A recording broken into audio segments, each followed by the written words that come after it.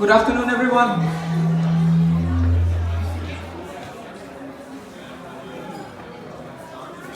So, my name is Fairis. Before we proceed, I think I have to make a very important announcement.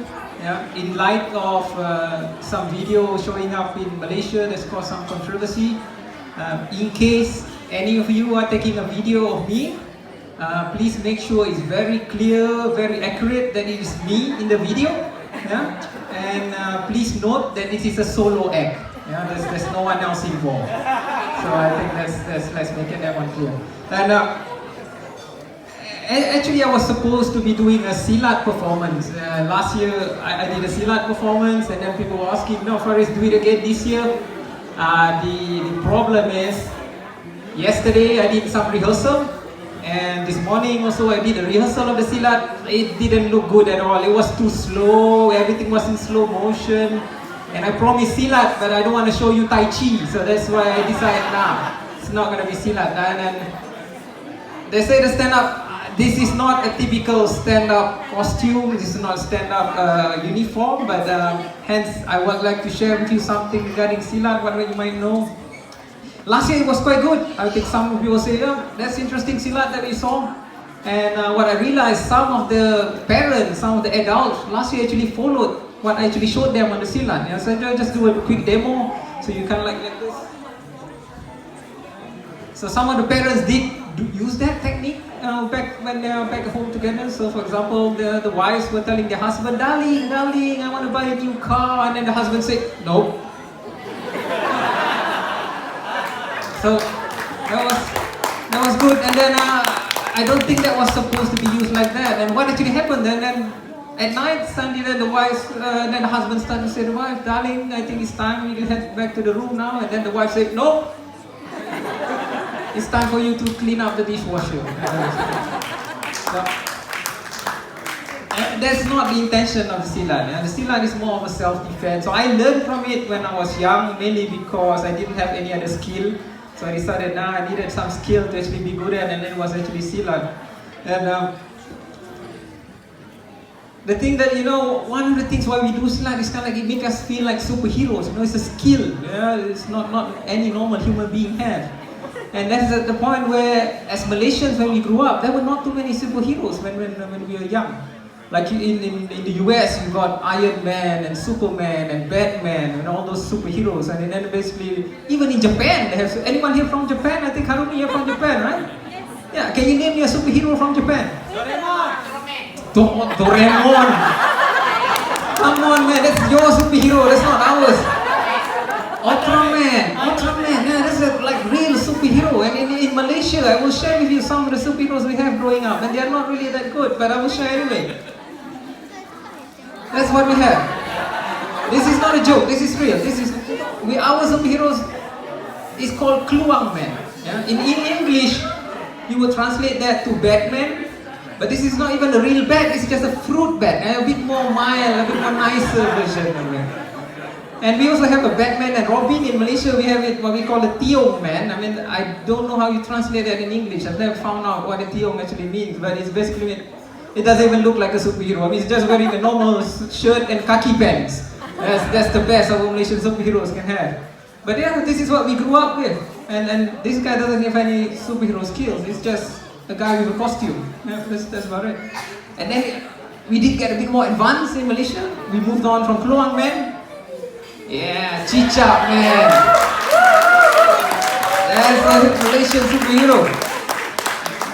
And you might have guessed, how did he get the Cicak Man skills? So Cicak means lizard. So it's not like those big lizards. It's like those house lizards where you keep crawling around. It's not even powerful. But yeah, this is our superhero. And he got the skill, basically, the guy who got that Cicak skills by, the lizard accidentally peed into his drink, and then, how pathetic is that, Malaysian superheroes. And then some of his skills, some of his superpower includes being able to crawl on walls, just like Spider-Man. And apparently it's written down in Wikipedia, if you read about it, his superpower is the ability to eat insects and bugs. How's that a superhero power? I mean, we have here teenagers or kids. Do you eat bugs and insects? Yeah, I've seen some of the teenagers do that. And how can that be a superhero? And you know, some of you watch the movie Avengers. Oh, you heard about it? Yeah, Avengers. You know what? If Thanos was real, yeah, if he did snap his fingers, of all the heroes and humans that will be gone, Kluang Man and Chichak Man will still be there. Yeah. Just for the sake that Thanos would have, I'll just leave these two superheroes behind. They don't even look like superheroes. That's the benefit of us having those superheroes.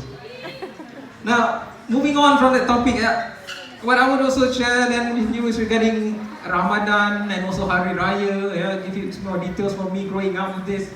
So Ramadan, back when I was in Malaysia, was pretty easy. Yeah, you just do what? Basically around 8 hours, 6 hours, it was easy. But here in Switzerland, wow, 18 hours. But I have to admit, those colleagues I have in Switzerland are really considerate. Yeah? They know that I'm fasting, they're not having Ramadan. They really hide their food. They say, no, I'm sorry, you're fasting, I don't want to eat in front of you. That's really nice. I've been to some places, I'm not going to mention where. I've been to some places where I was fasting and then the guy is coming with a hamburger in one hand and a beer can on the other. Hey, you fasting? Oh, you look weak, yeah, no wonder, you don't have enough food. Yeah? And there's the time he's munching, you cannot eat this one yet, you have to wait later. So he's telling me when I can actually eat. So in Switzerland they don't do that, that's really nice, and that's what I appreciate. Yeah. But then also about Hari Raya, I think here when we are, as kids, when we're growing up,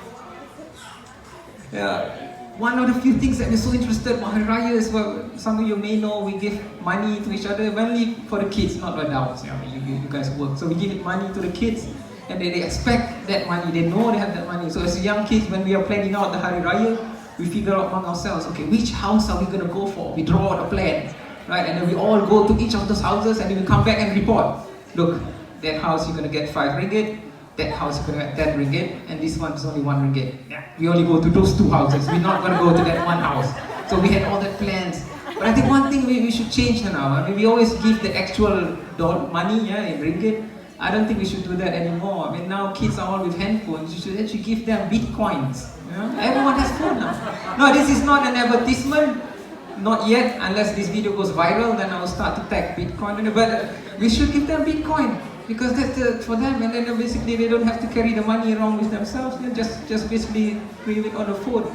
And I've tried to explain Bitcoin to my kids, so they ask, okay, what exactly is Bitcoin? And I start to say, this is the whole thing, there's some blocks there, and then you got a chain around all those blocks, and then the money goes between the blockchains and stuff like that. And he said, Daddy, I don't understand. I said, okay, this is it. Bitcoin is very secure. It's so secure that even your mother cannot get the money. That's kind of like the best explanation I can give. So Emily said, okay, I know, yeah, better not to give mommy that much money. So that helps. And not only about the good thing is about Raya is one thing is about Raya clothes, right? We have this routine every single before Raya. We all say, I'm gonna get new Raya clothes. Everyone in the family buys new Raya clothes. Yeah, but the thing is, it's not really that. You don't really need to do that. It's just more of a culture thing. And just in case any of you are not wearing any new clothes today, this is your typical clothes, not new. You didn't buy them just for this event. Just say, yay! I want to hear. Who's not wearing any new clothes? Wow, you guys are really good. You're really considerate. You save your money. You keep your clothes from the 1980s and stuff. It doesn't matter. They still fit anyway. Yeah. And the reason I don't want to ask any is wearing new clothes is because we know if you're wearing new clothes, you pretty much have been telling everyone else, hey, I got these new clothes. This is so nice. Do you like it? We don't do that. We don't tell anyone else. Yeah, it's not necessary. Yeah, because even when I wear these new clothes, so these are new, but wait, I'm just explaining. I don't want to tell anyone because it's not necessary at all. But one thing I want to share with you about new clothes though. Lately in Malaysia, there is some trend going on with the style and the fashion that people are wearing for Hari Raya. I'll show you some examples. Look at that. Oh, so tight-fitting. Look, so all the muscles become so visible, even they are not muscles anymore, they still see visible muscle. I don't know what the trend is going on, but it's starting to get a bit worse. Look at that, all the cape and everything. This is typical really the new trend of Hari Raya clothes. I mean, I told you before we don't have superheroes, but I think the trend is starting that, yeah, let's start with the costume first, and then the skills come later. And then finally, the last version, look at that. Almost similar like Ultraman. So that's the new version of where we're going with this. Then of course the other thing that we also like is in Raya we have Hari Raya food. You guys enjoy the food? Good, I didn't help and prepare any of those, but I'm glad that you guys liked it. You have to thank the committee and the people in the kitchen for that. And I'm not going to talk about the food, but I want to talk about some of the special things we have for Hari Raya, which we call Hari Raya cookies. So I think in Christmas, you call them Christmas cookies, is that right, I guess? Yeah, cookie. And then I share with you some of the top 3 Hari Raya cookies that we actually have. Yeah? Number 1, London Almond. Have anyone tried before? Is there anyone that brought London Almond? No, sorry to spoil it. I don't even know why they call it London Almond, because the almonds were not even coming from London. I don't know who named it. This was since ages ago. And this is how, I mean, Malaysians, we're not that good in advertising our own country. We named it London Almond. I mean, someone could have called it Langkawi. Yeah? Langkawi Almond. Then not everyone knows. Yeah, Langkawi doesn't have almond, but yeah, it's from Langkawi. Yeah. And this is one what we have. And another one, Batang Guro. It is a Hari Raya cookie, no joke.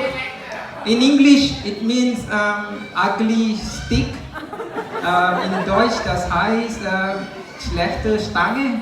Like, it doesn't look good with the name, but it does taste good, you know, it really is. And then maybe a lesson you can take out of this is, just because the stick doesn't look nice, doesn't mean it doesn't taste nice. So it's I'm talking, it tastes good. No, seriously. I don't know what you guys are talking about. It does taste good, the stick. And then one more, last one, Raya Queen, Semprit. Yeah, Semprit. Not for you to get confused with that other Semprit, because there's also exactly the same name. This one really tastes nice, it's soft and sweet. And then in case you do eat one which tastes rubbery and then you have to remind yourself that that's basically a piece of tire and that's it. That's the difference. Hey, the good thing is, you know, how bad Malaysians are in naming our kuih and naming our cookies. We don't do that bad of a job when we name our kids, you know. We name our kids really nice, proper names. I give you some example. Like Marina, you know the name Marina? You know what does that mean? Marina means by the sea. Yeah. I don't know what it means for her. I guess Saiful maybe found her by the sea and then hence they got married. Maybe. I'm guessing. Yeah. And then there's another nice Malay name. Is Intan as an example. Intan basically means, in English it means diamond. That's diamond.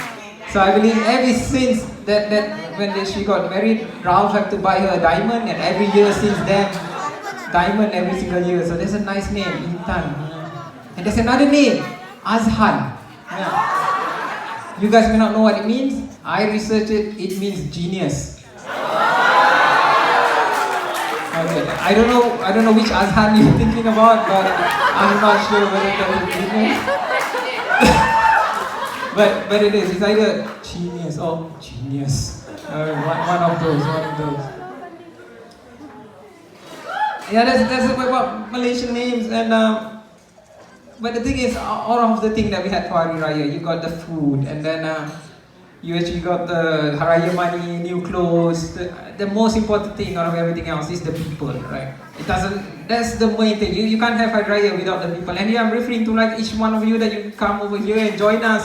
It doesn't matter where you're from. It doesn't matter whether you're from Malaysia, Japan, or wherever. That's the only part that's most important.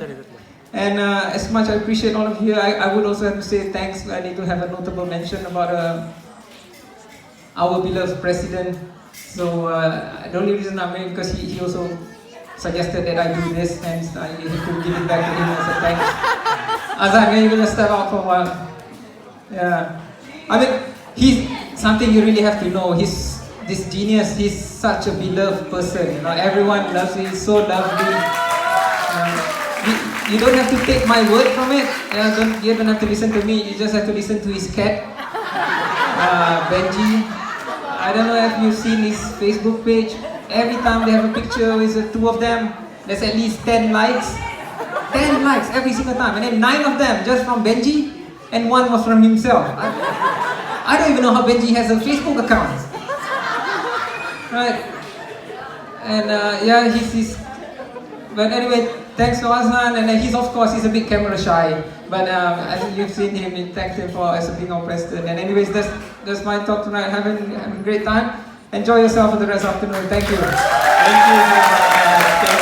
you, Fairis. That was entertaining, Fairis.